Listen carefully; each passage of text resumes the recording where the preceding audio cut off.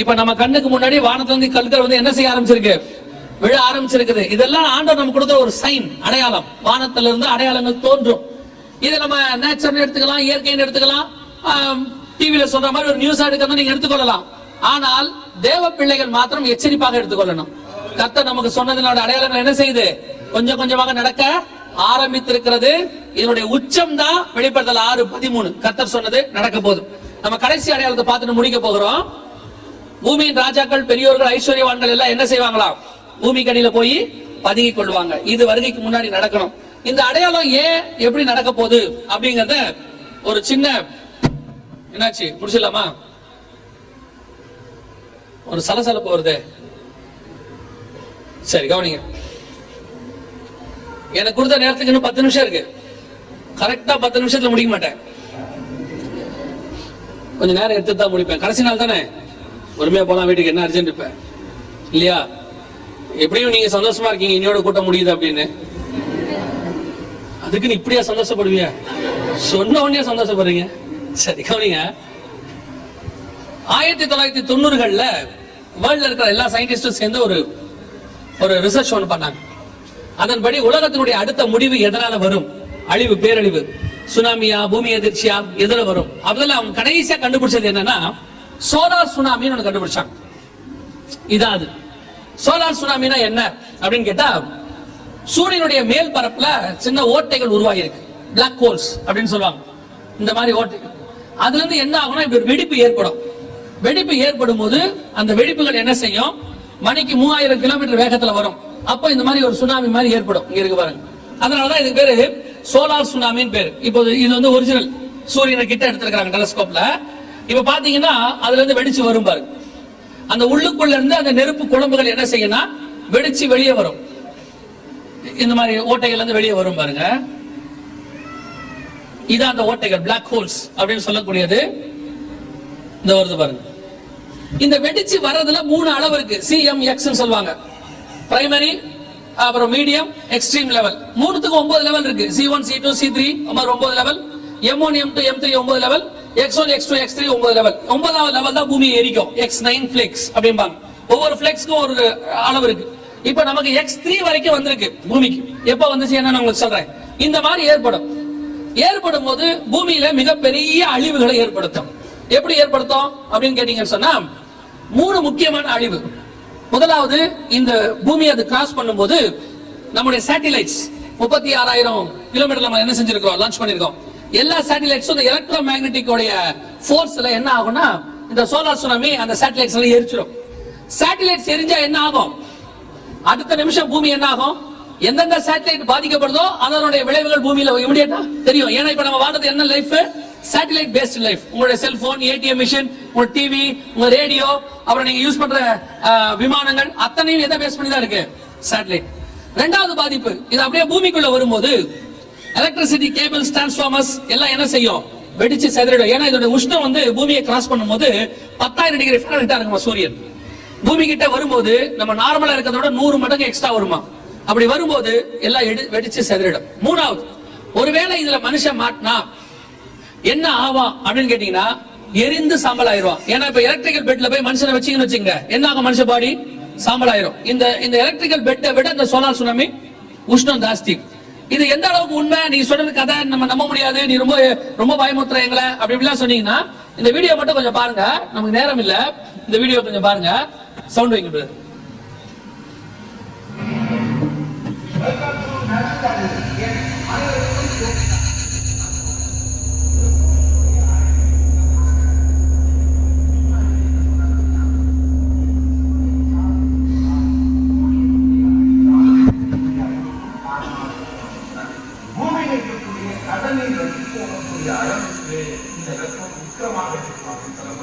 ஒரு கட்டத்தில் பூமி போன்ற எல்லா கண்ணுகளையும் சூரியன் நட்சத்திரம் கருதை உருவாக்கி உள்ளே எழுப்பி கொஞ்சம் கொஞ்சமாக பூமி போன்ற ஒரு சின்ன சைக்கிள் வந்து ஒரு கருமை நட்சத்திரமாக மாறி சூரியன் கருப்பா மாறும்.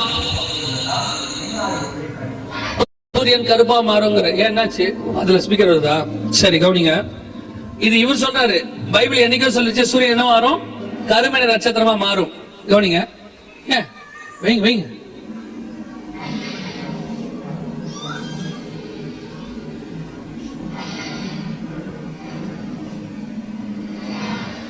இது 1990 கண்டுபிடிச்சிட்டாங்க இதுக்கான விளைவுகளை.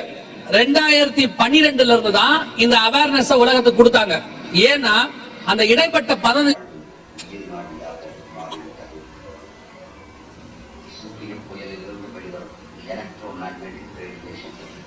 பூமியில் மின்சாரத்தில் இயங்கிக் கொண்டிருக்கும் அனைத்து பொருட்களையும் செயலிழக்க செய்யப்படும். கற்பனை செய்து பாருங்கள். TV, radio, washing machine, fridge, computer, iPad, video game, cellphone, fan, AC என்று நாம் தினமும் உபயோகிக்கப்படுகிறார்கள். நமது வாழ்வில் இன்னும் சூழலாகிவிட்டது.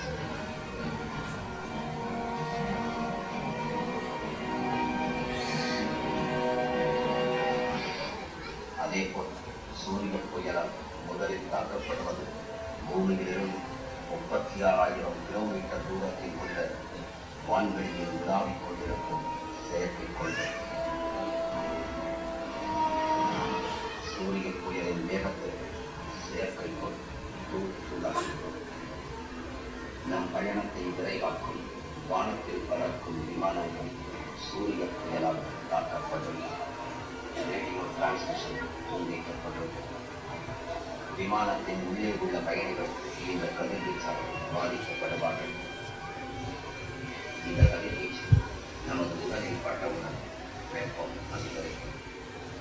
அதன் பின் நமது உடல் எரிந்து சாம்பலாகக்கூடிய நிலையில் ஏற்படலாம். இது அவங்க கொடுத்த நியூஸ் ரிப்போர்ட், சூரிய புயலுடைய ரிப்போர்ட். இது எதுவுமே நம்பதில்லை, இதெல்லாம் அவங்க கொடுத்தது தான், இதெல்லாம் விஞ்ஞானிகள் கண்டுபிடிச்சது தான். இந்த சூரிய புயல் 1906 ஒன்று கிராஸ் ஆச்சு கலிபோர்னியால. இப்போ அந்த சூரிய புயலுடைய வேகம் எந்த அளவுக்கு இருக்குது அப்படின்னு பாத்தீங்கன்னா, இது பேப்பர்ல வந்த நியூஸ். 2012 மார்ச் மாசம் 9ஆம் தேதி ஒரு சூரிய புயல் நார்த் ஐலாந்து பகுதியில் கிராஸ் ஆச்சு யூரோப்பால். அப்படி கிராஸ் பண்ணும்போது வானம் ஃபுல்லா பச்சையா மாறிடுச்சு. அன்னைக்கு தொலைத்தொடர்பு பாதிக்கும் அபாயம், சூரியனிலிருந்து காந்த புயல் தொடர்ந்து பூமியை தாக்கும், விஞ்ஞானிகள் எச்சரிக்கை. அந்த ஒரு நாள்ல மட்டும் எல்லா பிளைட்டும் கேன்சல், அத்தனை கேன்சல் பண்ணிட்டாங்க. எல்லாம் ரெட் அலர்ட் கொடுத்திருந்தாங்க. மொத்தமாக இந்த சூரிய புயல் பூமியை தாக்க போகுதுன்னு சொல்லி கிராஸ் பண்ணிச்சு. அன்னைக்கு ஃபுல்லா நடந்த சம்பவங்கள்லாம் பேப்பர்ல வந்திருக்கு. இதே சூரிய புயலோட வேகம் இன்னைக்கு அதிகரிச்சிருக்கு. எந்த அளவுக்கு? இது 2016 வந்த செய்தி.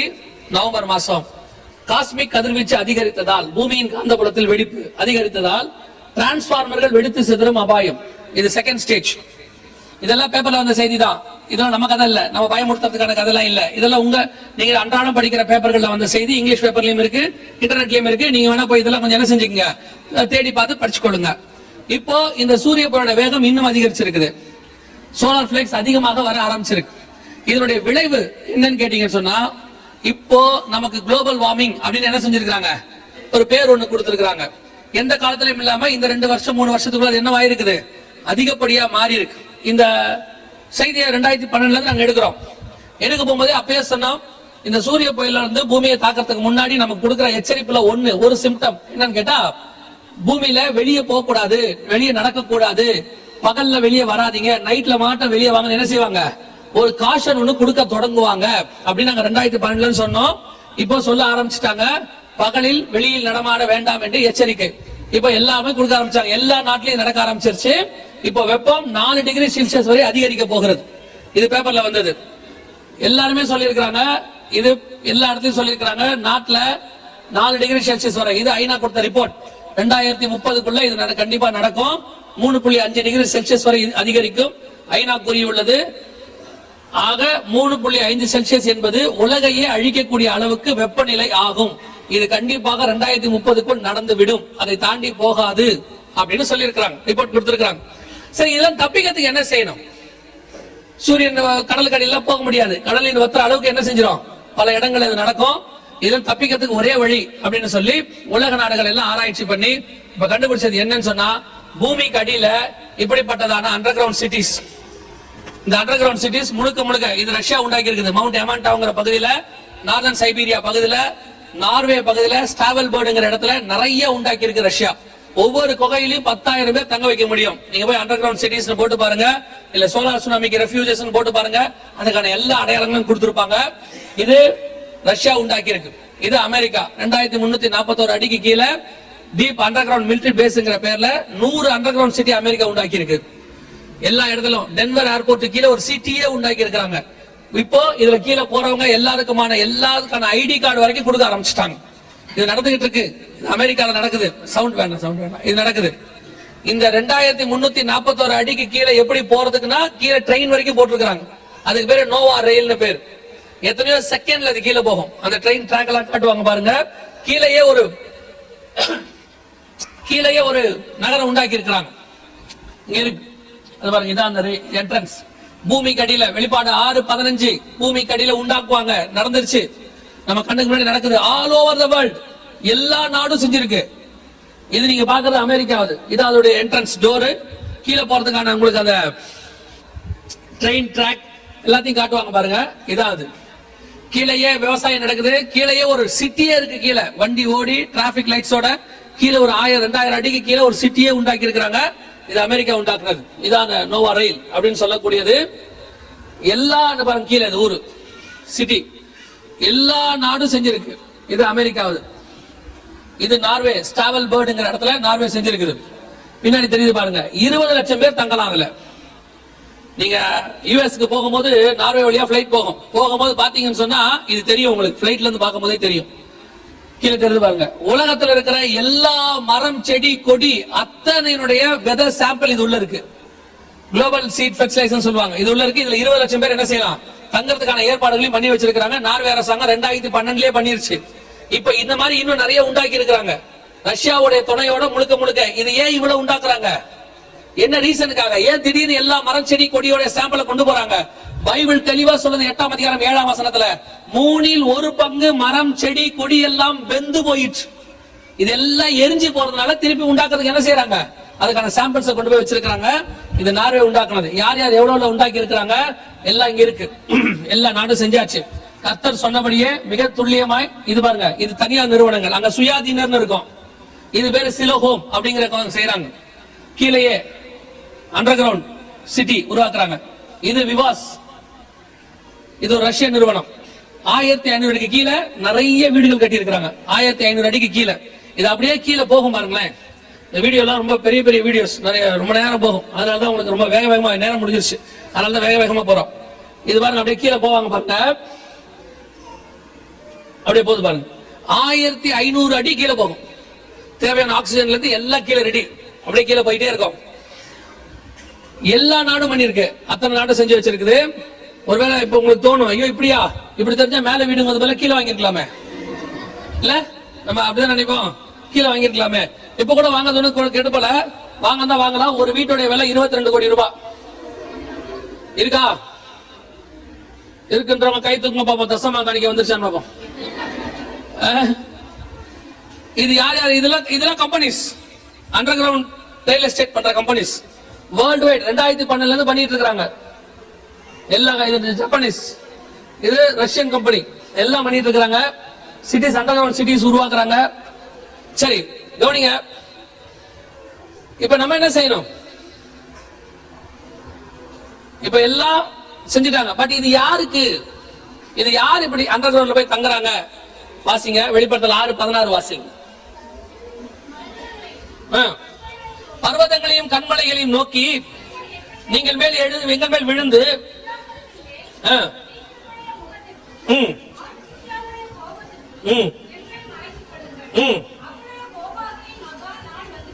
அதாவது உலகத்தின் அழிவு வந்து விட்டதுன்னு சொல்லி எல்லாரும் எங்க போய் பதுங்கிக்கிறாங்களாம்? அண்டர் கிரவுண்ட்ல. யார் போறது அப்படின்னு கேட்டீங்கன்னா, சிங்காசனத்து மேல் வீற்றுடைய முகத்திற்கும் ஆட்டுக்குட்டியாளருடைய கோபத்திற்கும் பயங்கரம் தான் கீழே போறான். சிங்காசனத்து மேல் வீற்றுக்கிறவர்னா பிதாவாகிய தேவன். யார் அவரை பார்க்க முடியாது? பரிசுத்தம் இல்லாமல் ஒருவனும் தேவனை தரிசிக்க முடியாது. யார் ஆட்டுக்குட்டியானவரை பார்க்க முடியாது? மனுஷகுமாரன் வரும்போது விசுவாசத்தை காண்பாரோ. அப்போ விசுவாசம் இல்லாதவன், பரிசுத்தம் இல்லாதவன், வருகையில நம்பிக்கை இல்லாதவன், இவன் தான் எங்க போவான்? அங்க போவான். அப்ப எல்லாருக்கும் இது உண்டாக்க முடியுமா? முடியாது. இது யாருக்காக உண்டாக்கப்பட்டது? இந்த மாதிரி பயந்து அடுத்த 7 வருஷம் உபத்திரவ காலத்துல அந்திக்கு சாட்சியில் இருக்கிறவங்களுக்கு தான் அது. ஆனா அதே வேளையில இவங்க ஒரு கூட்டம் அண்டர் கிரவுண்டுக்கு போகுது. சிங்காசன வீட்டுடைய முகத்தையும் ஆட்டுக்குட்டியாரோடைய முகத்தையும் பார்க்க முடியாம ஒரு கூட்டம் கீழே போகுது. அதே வேளையில இந்த 2 பேரை பார்க்கறதுக்கு ஒரு கூட்டம் மேல போயிருச்சு. 7ஆம் அதிகாரம் 9ஆம் வசனம் பாசிங்க பார்ப்போம். இவைகளுக்கு பின்பு நான் பார்த்தபோது சகல கோத்திரங்களும் ஜாதிகளிலும் பாஷைகளிலும் மீட்கப்பட்டதும் ஒருவரும் எண்ணக்கூடாதும் ஆகிய திரளான கூட்டமாகிய ஜனங்கள் வெள்ளை அங்கிகளை தரித்துக் கொண்டு தங்கள் கையிலே குருத்தோலைகளை பிடித்துக் கொண்டு சிங்காசனத்திற்கு முன்பாகவும் ஆட்டுக்குட்டியானவருக்கு முன்பாகவும். இந்த ரெண்டு பேரை பார்க்க முடியாம போன அதிகாரத்துல ஒரு கூட்டம் கீழே போயிருச்சு, இந்த ரெண்டு பேரை பார்க்கறதுக்கு ஒரு கூட்டம் மேல போயிருச்சு. அல்லேலூயா. இதுதான் நமக்கு கடைசி கேள்வி, முடிக்க போறோம். கீழே போற கூட்டமா மேல போற கூட்டமாங்கிறது தான். இந்த 7 நாள் கூட்டம் 6 நாள் கூட்டம் எதுக்கு நடத்தப்பட்டது? வரப்போகிற மிகப்பெரிய அழிவிற்கு வருகையில பங்கடைய வைத்து அதற்கு பிறகு அழிவு ஆரம்பிக்க போகிறது. 7 வருஷம் உபத்திரவ காலம். ஏதோ உபத்திரவ காலம் நீங்க நினைக்கிற மாதிரி அந்திகிறிஸ்து வருவா, வெடிப்பா, உத்தர போடுவா மட்டும் இல்ல, இயற்கையும் செயற்கையும் சேர்ந்து அழிக்க போது பூமியை. ஒரு பக்கம் தேவனுடைய கோபாக்கினை, ஒரு பக்கம் அந்திகிறிஸ்துனுடைய உபத்திரவம். அதுதான் உபத்திரவம், மகா உபத்திரவம் சொல்லுது. வரப்போகிற அந்த அழிவுக்கு தப்பிக்கும்படிதான் கர்த்தர் நமக்கு இந்த வாய்ப்பை கொடுத்திருக்கிறார். அதுக்கு அந்த எச்சரிப்பை உங்களுக்கு பெற்றுக் கொண்டதுக்கு தான் இந்த கூட்டம். இந்த 6 நாட்களும் கர்த்தர் உங்களோடு கூட பேசி இருக்கிறார். ஆண்டவர் உங்களுக்கு சொல்லி இருக்கிறார். இதோட நோக்கம் என்ன? நாங்க ஒரு இடத்துக்கு 3 நாளைக்கு மேல போக மாட்டோம், மிஞ்சி போச்சா 4 நாள். ஆனா ஒரு இடத்துல உங்க எல்லாரையும் கூட்டி, எனக்கு தெரிஞ்சு இதான் ஃபர்ஸ்ட் டைம் இப்படி நடக்கும்னு நினைக்கிறேன், எனக்கு கேள்விப்பட்ட வரைக்கும். இல்ல நடந்தாலும் நடந்திருக்கலாம். ஆனா உங்களை கூப்பிட்டு ஒரு இடத்துல உட்கார வச்சு அத்தனை பேருக்குள்ள ஒரு மனதை கொடுத்து எல்லாருக்குள்ள இருதயத்தையும் திருப்பி இந்த இடத்துல கர்த்தர் கொண்டு உட்கார வச்சு இந்த செய்தியை சொல்றாருன்னா தேவனுடைய நோக்கமும் திட்டமும் இல்லாமல் இருக்காது. இந்த பகுதி முழுவதுக்கும், ஏன் இந்த நாடு முழுவதற்கும் உங்கள் மூலமாக சுவிசேஷம் போக வேண்டும் என்று தான் கர்த்தர் இந்த எச்சரிப்பை உங்கள் கையிலே கர்த்தர் ஒப்படைத்திருக்கிறார். இன்னைக்கு உங்களுக்கு முழுவதுமாக சொல்லப்பட்டாகி விட்டது. இதுல நீங்களும் தப்பிக்கணும், ஒரு கூட்டத்தையும் தப்பிக்க வைக்கணும். அந்த அழிவுக்கு உங்களையும் உங்கள் குடும்பத்தையும் மாத்திரமல்ல, இன்னும் உங்கள் சொந்தக்காரர்கள், நண்பர்கள், உங்களுக்கு உறவினர்கள், உங்களுக்கு தெரிஞ்சவங்க எல்லாரையும் காப்பாற்றுவதற்கான சுவிசேஷத்தை கர்த்தர் இன்னைக்கு உங்க கையில கொடுத்து வச்சிருக்கிறார். அல்லேலூயா. உங்களை இங்க கொண்டு வந்ததுக்கான நோக்கம் இன்று நிறைவேறுகிறது. நீங்க நினைச்ச நோக்கம் என்னவா இருந்திருக்கோ கர்த்தர் நினைச்ச நோக்கம் நிறைவேறுகிறது. வெகு சீக்கிரத்துல ஆண்டவர் வரப்போகிறார். அதை ஒட்டி ஒரு பெரிய அழிவு பூமிக்கு வரப்போகிறது. இந்த வருகையில போகிறவன் அழிவுக்கும் தப்பிப்பான், ஆக்கினைக்கும் தப்பிப்பான், நியாய தீர்ப்புக்கும் தப்பிப்பான். ஒருவேளை இதுல கைவிடப்பட்டா மிகப்பெரிய பேரழிவு நம்மை நோக்கி வரப்போகிறது. எல்லாம் இப்ப ரெடியா இருக்குது. விஞ்ஞானிகள் உலகப்பூர்வமா அதுக்கான ஆயத்த பணிகளை செஞ்சுக்கிட்டு இருக்காங்க. இது 2000 வருஷத்துக்கு முன்னாடி நம்ம பைபிள் சொல்லி வச்சிருக்கு. அண்டர் கிரவுண்ட்ல தான் உண்டாக்குவாங்கன்னு என்னைக்கு ஆண்டவர் சொல்லி இருக்கிறார் பாருங்க. எவ்வளவு ஆல்டர்னேட்டிவ் பண்ணிருக்கலாம். ஆனா பைபிள் சொன்னபடியே கரெக்டா எல்லாரும் எங்க போயிட்டாங்க? இப்ப எல்லாம் பூமி கடியில, ரியல் எஸ்டேட்ல இருந்து எல்லா பூமி கடியில தோண்ட ஆரம்பிச்சிட்டாங்க. கர்த்தர் சொன்னபடியே துல்லியமாய் தீர்க்க தரிசனம் நிறைவேற தொடங்கி விட்டது. இனி காலம் கண்டிப்பாக செல்லாது. ஆண்டவர் வரப்போகிறார். இந்த வருகையில போறதுக்கு நான் என்ன செய்யணும்? நேற்று அதை சொன்னோம், நான் இன்னைக்கும் சொல்லி முடிச்சிடறேன். அதான் இருக்கிறதுல ரொம்ப முக்கியம். 7 காரியங்கள் செய்யணும். இந்த 7 காரியங்கள் நீங்கள் செய்தால் கர்த்தருடைய வருகையில பிரவேசிப்பது எளிது. முதலாவது, இயேசு கிறிஸ்துவின் ரத்தத்தினாலே பாவ மன்னிப்பின் நிச்சயத்தை பெற்றிருக்கணும். இயேசு என் பாவத்தை மன்னிச்சாருங்கிற நிச்சயம் இருக்கணும். நான் கிறிஸ்தவ குடும்பத்துல பிறந்தேன், தலைமுறையா கிறிஸ்டின். நான் ஊழியக்காரரோட குடும்பம், எங்க தாத்தா பாட்டி எல்லாம் ஊழியக்காரர்கள். நான் வருகையில போகணும், நான் ரட்சிக்கப்படணுமானா கண்டிப்பாக படணும். தாயின் கருவில உருவாகும் போதே பாவத்துல உருவானோம் பைபிள் சொல்லுது. அதனால பிறந்த அத்தனை பேருக்கு என்ன தேவை? ரட்சிப்பு தேவை. ரட்சிப்புனா என்ன? இருதயத்தில் விசுவாசித்து வாயில அறிக்கை பண்ணணும். இயேசுவே என் உள்ளத்தில் வாரும், என் பாவத்தை மன்னியும், உம்முடைய ரத்தத்தினாலே என்னை கழுவும். இந்த வார்த்தையை நீங்க சொல்லும் போது ஆண்டவர் நம்முடைய பாவங்களை மன்னிக்க வல்லமையுள்ள தேவனாக இருக்கிறார். ஒருவேளை இயேசு கிறிஸ்துவை ஏற்றுக்கொள்ளாம நீங்க உங்க நண்பர்கள் அழைக்கப்பட்டு நீங்க முதல்ல இங்க வந்திருந்தீங்கன்னா ஆண்டவர் உங்களுக்கு ஒரு நல்ல வாய்ப்பை கொடுக்கிறார். முதல் நாளே கர்த்தர் உங்களுக்கு ஒரு நற்செய்தியை சொல்லுகிறார். உங்கள் பாவங்களையும் மன்னித்து உங்கள் மூலமாக உங்கள் வீட்டாரையும் ரட்சிக்க அவர் வல்லமையுள்ள தேவனாக இருக்கிறார். அல்லேலூயா. இயேசு கிறிஸ்துவின் ரத்தம் சகல பாவங்களையும் கழுவும். 2வது, இயேசுவை ஏற்றுக்கொண்டு நான் ரொம்ப நாளா சர்ச்சுக்கு வந்துட்டு இருக்கிறேன், ஆனா இன்னும் தண்ணியில மூழ்கி ஞானஸ்தானம் எடுக்கல அப்படின்னா உடனடியா அதுக்கு என்ன செய்யுங்க? ஒப்பு கொடுங்க. ஏன்னா ஞானஸ்தானம் எடுக்காம வருகையில் என்ன செய்ய முடியாது? பிரவேசிக்க முடியாது. ஏன்னா யோவான் சுவிசேஷம் 3ஆம் அதிகாரத்துல ஆண்டவர் சொல்றாரு, ஒருவன் ஜலத்தினாலும் ஆவியினாலும் பெறாவிடில் பரலோக ராஜ்யத்துக்குள் பிரவேசிக்க முடியாது. தண்ணியில மூழ்கி ஸ்நானம் எடுக்கணும். குழந்தைகளுக்கு கொடுத்த ஞானஸ்தானம் பைபிள் அலோ பண்ணல. அந்த ஞானஸ்தானத்தை பைபிள் ஞானஸ்தானமாவே சொல்லல. ஞானம் வந்த பிறகு எடுக்கிற ஸ்நானம் தான் ஞானஸ்தானம். கர்த்தருக்கு பயப்படுகிற ஞானத்தின், அப்போ தீமை விட்டு விலகுதலே கர்த்தருக்கு பயப்படுகிற பயம். தீமை விட்டு விலகி கர்த்தருக்கு பயந்து இனி பாவம் செய்ய மாட்டேன் அறிக்கை செய்து நீங்க தேவனுக்கு முன்பாக பாவத்துல மறித்து நீதிக்கு உயிர்த்தெழுகிறேன் அப்படிங்கிறதுக்கு அடையாளமா தான் இந்த ஞானஸ்தானத்தை எடுக்கும். தண்ணியில மூழ்கி எடுக்காதவங்க எடுங்க. காலம் செல்லாது, வெகு சீக்கிரத்தில் ஆண்டவர் வரப்போகிறார். 3வது, எபேசியர் 4:30, மீட்கப்படும் நாளுக்கென்று முத்திரையான பரிசுத்தாவின் அபிஷேகத்தை பெற்றிருக்க வேண்டும். பரிசுத்த ஆவியானவர் இல்லாம நீங்க பரலோகத்தில் பிரவேசிக்க முடியாது. இந்த பூமியில நீங்க பரிசுத்தமா வாழ்றதுக்கும் பரிசுத்த ஆவியானவர் தான் காரணம். அவர் தான் நம்மை பரிசுத்தமாக்குகிற தேவன். அவர் வந்து பாவத்தை குறித்தும் நீதியை குறித்தும் நியாய தீர்ப்பு குறித்தும் என்ன செய்வாரு? உலகத்தை கண்டித்து உணர்த்துவார்.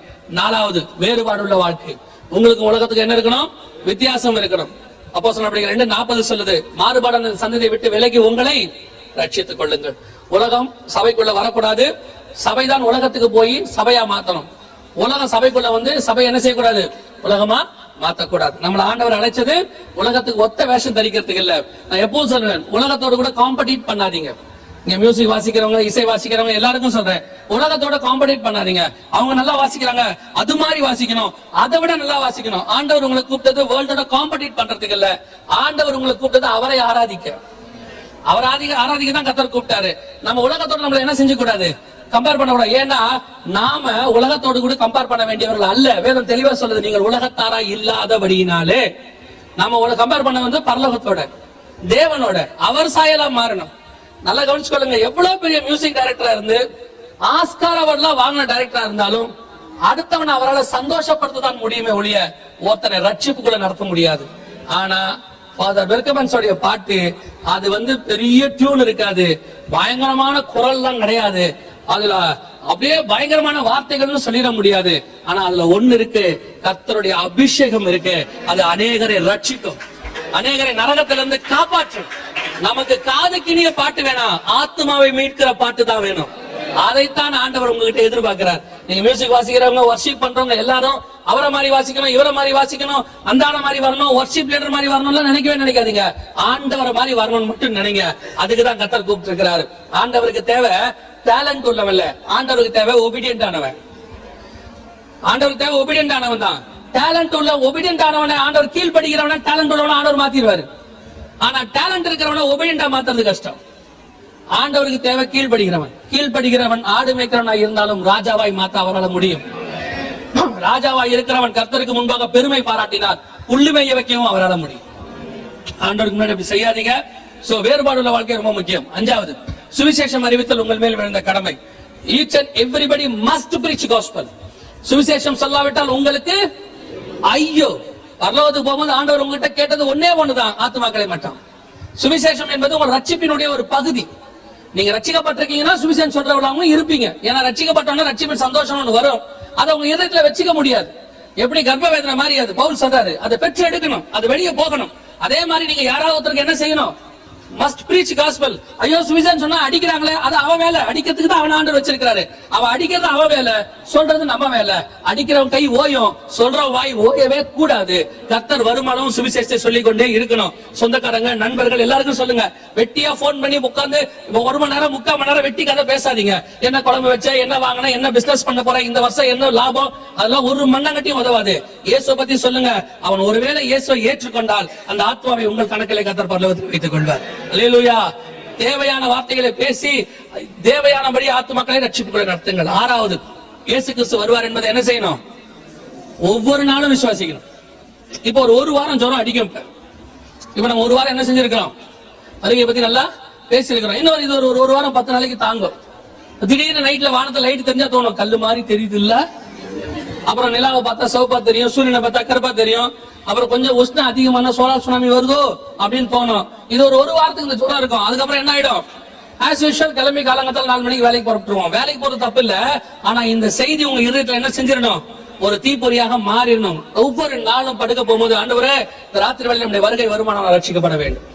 அதில் எழுந்திருக்கும் போது, ஆண்டவரே இந்த பகல் வேளையில் நம்முடைய வருகை வருமானம் ரட்சிக்கப்பட வேண்டும். வருகைங்கிறது ரத்தத்துல ஊறிடணும். அதான் நம்ம டெஸ்டினேஷன். எப்ப இயேசு வருவார், எப்ப இயேசு வருவார், அந்த வாஞ்சை இருக்கணும். அந்த வாஞ்சை உள்ள ஆத்மா தான் தேவனோட சஞ்சரிக்கிற ஆத்மா. அந்த சஞ்சரிக்கிற ஆத்மாவை தான் கர்த்தர் தம்மோடு கூட எடுத்துக்கொண்டு மேலே போவார். அல்லேலூயா. உங்க மைண்ட்ல அந்த தாட் வந்துடணும். நீங்க வேற ஒண்ணும் செய்ய வேண்டாம். உங்க வேலைக்கு போகும்போது, வரும்போது, எந்த வேலை பார்க்கும் போதும் ஸ்தோத்திரம், தேவனை பத்தின ஒரு துதி, ஒரு ஸ்தோத்திரம், ஒரு ஆராதனை, ஏதோ ஒண்ணு உங்க மைண்ட்ல என்ன செஞ்சிடும், ஓடிட்டே இருக்கணும். நீங்க வேலை பார்க்கும் போது எது செஞ்சாலும் அந்த துதி ஒண்ணு சொல்லிக்கிட்டே செஞ்சு பாருங்க. நீங்க செய்யற வேலையும் லகுவா இருக்கும், நீங்க செய்யற வேலை சக்சஸ்ஃபுல்லா இருக்கும். உங்க ஆத்மாவும் தேவனோடு கூட சஞ்சரித்து கொண்டிருக்கும். அல்லேலூயா. இது 6வது. 7வது, கடைசியாக முடிவு பரியந்தம் நிலைநிற்கிறவனே ரட்சிக்கப்படுவான். இந்த 6 காரியத்திலும் கடைசி வரைக்கும் நின்னீங்கன்னா, பெற்றுக்கொண்ட ரட்சிப்பை, எடுத்த ஞானஸ்நானம், பெற்றுக்கொண்ட அபிஷேகம், வாழ்ற வேறுபாடுள்ள வாழ்க்கை, சொல்ற சுவிசேஷம், விசுவாசிக்கிற வருகை, இந்த 6லும் முடிவு பரியந்தம் நீங்க நின்னீங்கன்னா போதும். இயேசு வரும்போது உங்களை தன்னோடு கூட எடுத்துக்கொண்டு மேலே போவார். அல்லேலூயா. இயேசு மேல போகிறார் வெகு சீக்கிரத்துல. இனி காலம் கண்டிப்பாக செல்லாது. அவருக்கு சித்தமானால் நாம் சபையினுடைய கடைசி தலைமுறையா இருக்க நிறைய வாய்ப்பு இருக்கிறது. அல்லேலூயா. நாம் யாவரும் எழுந்திருப்போம். நாம் ஜெபிக்க போகிறோம். சரியா 5 நிமிஷத்துல நான் உங்க கையில பைக்கை கொடுப்பேன். தயவு செய்து அந்த 5 நிமிஷம் முடிச்சு போலாம். இல்ல ரொம்ப அர்ஜென்ட் வேற வெளியில போகணுன்றவங்க நீங்க போகலாம். நாம் ஜெபிக்க போகிறோம்.